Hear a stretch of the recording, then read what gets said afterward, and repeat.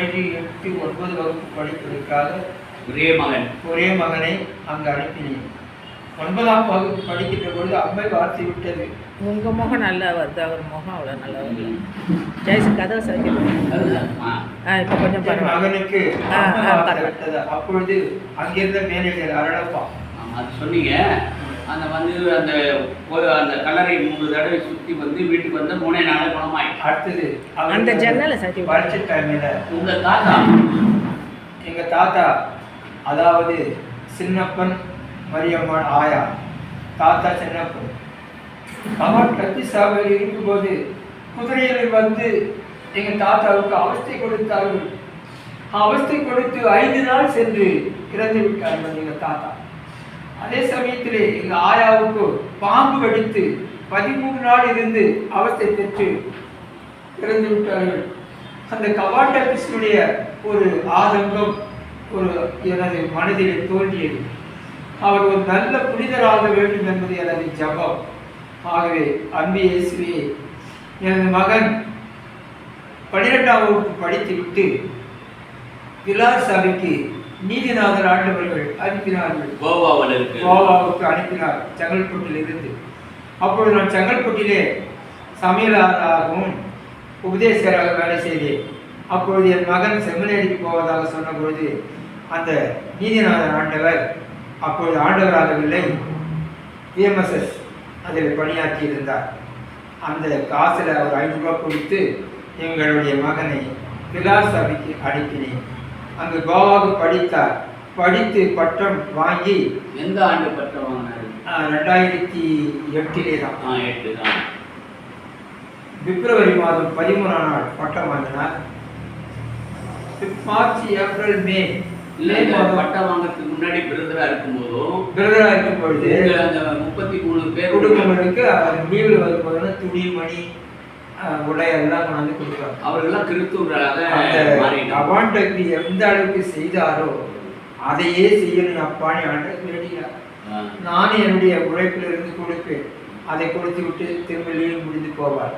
போன பிறகு அவருடைய மரணம் இப்படி ஆகிவிட்டது. பீகாருக்கு சென்றார்கள். பீகாருக்கு சென்று அங்கே பணியாற்றுகின்ற பொழுது அவரை உபதேசர் வண்டியில் உட்கார்ந்து வைக்கின்ற பொழுது அவரை RSS காரர் சுட்டுவிட்டார். சுட்டுவிட்ட பிறகு கழுத்தில் பின்னாடி உட்கார்ந்துக்கும் போது கழுத்தில் சுட்டுட்டார். அதன் பிறகு இது எனக்கு எப்படி தெரியும்னா, கூட இருந்த அந்த வேதியர் வந்தார் வணக்கத்துக்கு. பீகார்லேருந்து அந்த வேதியர் வந்தார். வந்து பீகாரிலிருந்து கோவாவுக்கு வந்து கோவாவில் பிலார் சபையில் மலை மேலே அடக்கம் செய்யப்பட்டு இருக்கிறது. ராபர்ட் பிரிட்டோ அவருடைய பெயர். ஆகவே இந்த ஆதங்கத்தை நான் எப்படி யாரிடம் சொல்வேன்? யாரிடம் செல்வேன் இறைவா, வார்த்தை எல்லாம் அவ்வாண்டப்பி சாமியார் சொன்ன வார்த்தை ஐயா. அதை போல நினைத்து என்னுடைய ஆதங்கத்தை, என் மகனும் இறந்து விட்டார், அங்கே அடக்கம் செய்யப்பட்டிருக்கிறது. இந்த 33 குடும்பங்களும் இன்று நல்ல குடும்பமாக வாழ்ந்து வருகிறார். அவ்வாண்டப்பி சாமியாருடைய பணியை செய்ய வேண்டிய நிலையை செய்த மகன். அதே சமயம் எலியாஸ் ஃபாதர் அந்த குடும்பத்திற்காக எவ்வளவோ அதிகம் செய்து வந்தார். ஆனால் அந்த குடும்பம் நன்றாக இருக்கிறது. ஐயா, உங்களுடைய மகன் அங்கே இருக்கும்போது RSSகாரர்களால் சுட்டப்பட்டு விட்டார். அப்ப அங்கி போட்டிருந்தார்களா? ஆமாம், அங்கி போட்டு போனதுனால அந்த வினை. ஆனால் கடவுள் முடித்ததாக டப்பி போல அவர் பணி செய்திருக்கிறார். அவர் இப்ப மறைச்சாட்சியாகவே நம்மை விட்டு கடவுளிடம் சென்றிருக்கிறார். அவரிடமும் நம்ம வேண்டி கொண்டு இருக்கிறது. அதனால கடவுளுடைய பணியில எது வந்தாலும் இடரும் வரும். இயேசுவே, எங்கள் மகனை நீ வழிநடத்து, நித்திய இழைப்பாற்றிக் கொடு. எங்கள் பங்கில உழைத்த குருக்களுக்காக நித்திய இழைப்பாற்றிக் கொடு.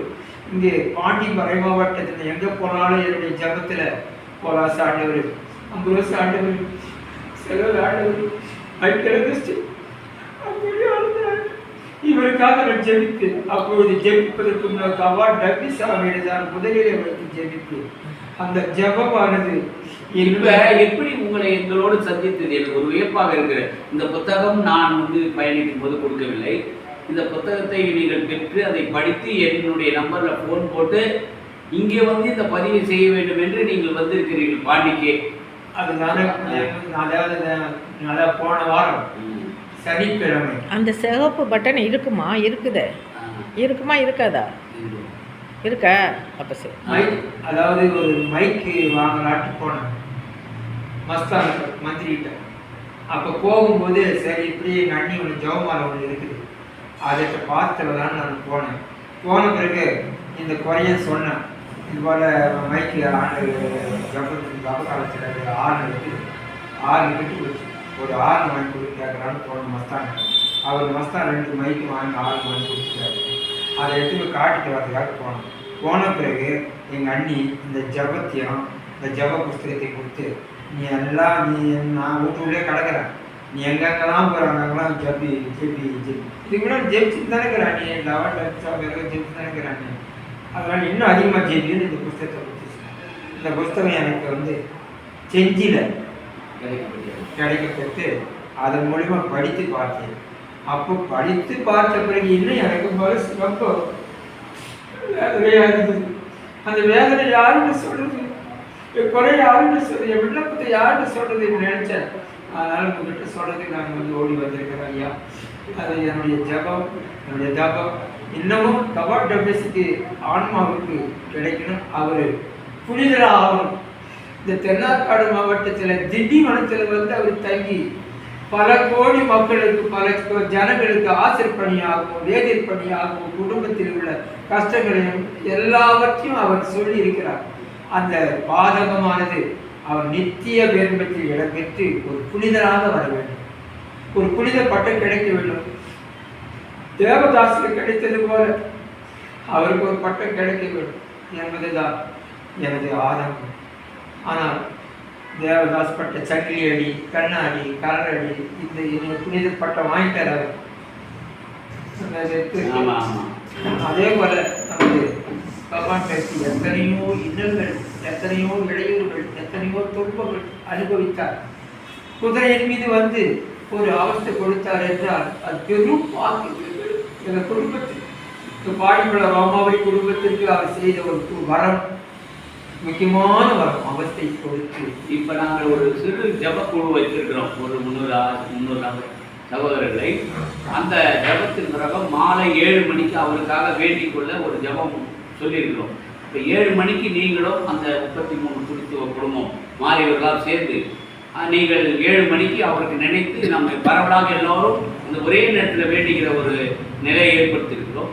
அதுபோல் அந்த 7 மணிக்கு நீங்கள் அவருக்காக வேண்டிக் கொள்ளும், அவருக்காக வேண்டிக் கொள்ள அவர் மூலமாகவும் நாம் வேண்டிக்கணும். சரி சார், சரி சரி சார், வேண்டிக்கிறேன். மைக்கு வச்சுக்கிற ஓட்டில் மாதாச்சரண தவறு எதுவுமே போட மாட்டேன். சரி, ஞாயிற்றுக்கிழமை கோப்பாடு இது வரும். இப்போ அந்த மைக்கில் கூட இவர் நம்ம ஜப டபி ஜாமிக்கான ஜபம் இருக்கு இல்லையா, இதை கூட நீங்கள் ஜெபித்து அவருக்காக பண்ணுறாரு. கிடைச்சதே ஜெயிச்சுதான். அப்படிங்களா? ஒரு வாரம் இந்த புத்தகம் கிடைச்சதுலேருந்து அவருக்காக ஜெயிக்கிறீங்க. அதுக்கு முன்னே அவருக்காக புது மன்றாட்டு வேண்டும். மன்றாட்டு வேண்டும் சொன்னால் அந்த மன்றாட்டு என்னன்னு கேட்டால் ஞாயிற்றுக்கிழமையில் 4 மணிக்கு நான் கோயில் போயிருக்கேன். 5 மணிக்கு எங்கள் ஊரில் முதல் திருப்பதி. அப்போ ஞாயிற்றுக்கிழமை திருப்பதியில் மன்றாட்டு வரும்.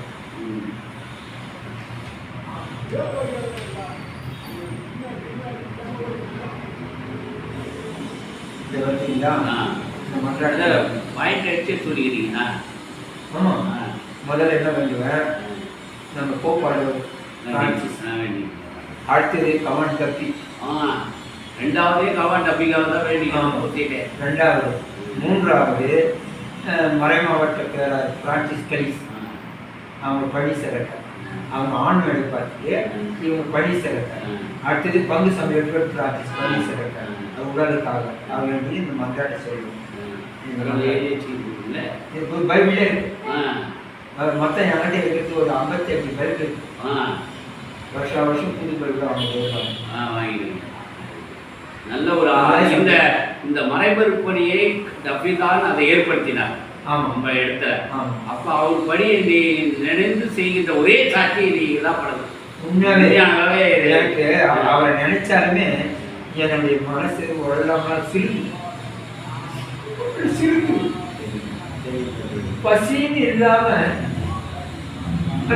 என்ன பண்ணுவார் போட்டு பால் போட்டு கோதுமை ஏற்றிடுவார் தின்னுவான் வண்டி ஏற்றிட்டு போவேன் பால் போட்டு ஏற்றிடுவேன் பால் போட்டு ஏற்றிட்டு வந்து எல்லா வீட்டுக்கும் காய்ச்சி காய்ச்சி கொடுப்பேன் சாதத்தில் பால் போட்டு அடுத்தது கோதுமை அந்த பல்பு கோதுமை அந்த கோதுமை ஏற்றிடுவேன் திண்டிவனத்துல ஆமாம் அப்போ திண்டிவனத்தில் ஏற்றது எங்கள் பங்கு சாமி எடுத்து கொடுத்துட்டு அவரு நான் வந்து இங்கே பாடிப்படுறோம் அப்படியே வாரத்துக்கு ஒன்றுன்னு சொல்லிட்டு இந்த நாளைக்கு ஒன்று சொல்லிட்டு 7 நாளைக்கு 7 முட்டை பால் போடுறேன் அதே போல் 7 படி 6 படி பல்கை கொடுத்து அந்த 30 குடும்பத்துக்கு கொடுப்பாங்க.